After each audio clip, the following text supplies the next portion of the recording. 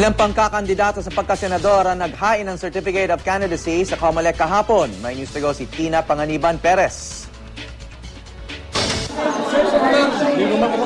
Nakalaban sign pa si dating Senator Jamie Madrigal na maghain ng kandidatura sa pagkasenador sa ilalim ng Liberal Party. Patunay anyang limot na ang iringan nila ni Pangulong Noynoy Aquino noong 2010 presidential elections.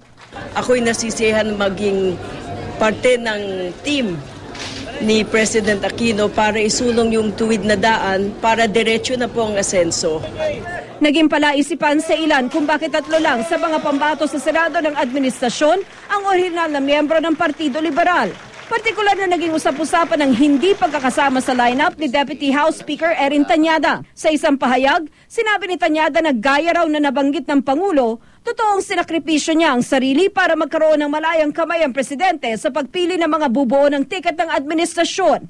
At matapos umano ang masinsinang pag-iisip at pagkonsulta sa mga kaanak, kaibigan at taga-suporta, nagpasya si Tanyada na hindi na ituloy ang pagtakbo sa Senado kahit bilang isang independent candidate. Kaugnay nito, ang pwesto sa senatorial slate na inalok ng United Nationalist Alliance kay Tanyada, ilalaan na para sa Deputy Secretary General ng una ni si Nancy Binay, ang panganay na anak ng bise. Hindi ako naniniwala din sa mga paratang sa dynasty. Dahil sa may qualification naman, may kakayahan naman, mayroon naman panggagalingan. Kabilang din sa mga sasabak sa karera sa pagkasenador ang 3 kasapi ng Kapatiran Party. Kabilang na si 2010 presidential candidate JC De Los Reyes. Ang slogan nila, 3 kontra trapo. Magkasabay rin naghain ng COC ang mga nagpakilalang kandidato ng KBL. Ang aming layunin po ay magkaroon ng tunay na pagbabago. At ang tunay na pagbabago nagsisimula sa loob, hindi sa labas. At Diyos lang po makakagawa nun. Sa Maguindanao, maagang tumulak ang convoy ni Maguindanao Governor Toto Mangudadatu papuntang Cotabato City para maghain ng kanyang COC sa ilalim ng Liberal Party. Nagkalat ang mga sundalo tangke sa ruta ng convoy, lalo na sa mga lugar na kilalang baluarte ng mga ampatuan na inaakusahang utak ng malagim na massacre na kumitil sa buhay ng asawa at ilang kaanak ni Mangudadatu, gayon din ang mahigit 30 miyembro ng media.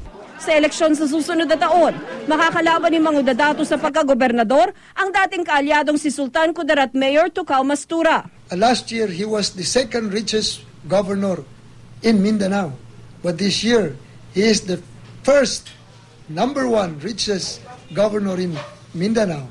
Yung mga properties ng parents ko na sa akin pinaano at may mga tanim yun, hindi ko naman pwedeng hindi i-declare. Gusto ko matulungan yung gobyerno natin. Di ba? Ano palang gagawin doon? Itatago mo kung ano yung pinagkakakitaan mo. Sa Camarines Sur naman, naghain na ng kanyang kandidatura si re-electionist Congressman Dato Arroyo. Kung ano yung serbisyo dati, na nakasanayan na kan mga tao, ang serbisyo na sincero, ang serbisyo na yan ang totoong serbisyo, no, yan ang maaasahan ng mga tao. Ang kuya naman ni Sarangani Representative Manny Pacquiao na si Roel, tatakbong kinatawan ng unang distrito ng South Cotabato. Posible raw niyang makaharap si General Santos Mayor Darlene Antonino Custodio. So wala nang ayawan, naka-file na tayo. Yun talaga gagawin natin, makampanya tayo para manalo. Sa Quezon City, kakandidatong konsehal ang aktor na si Anjo Iliana na minsan ang naging konsehal ng Parañaque City. Matagal ko na rin pangarap na makapaglingkod sa mga kababayan ko kung saan ako lumaki.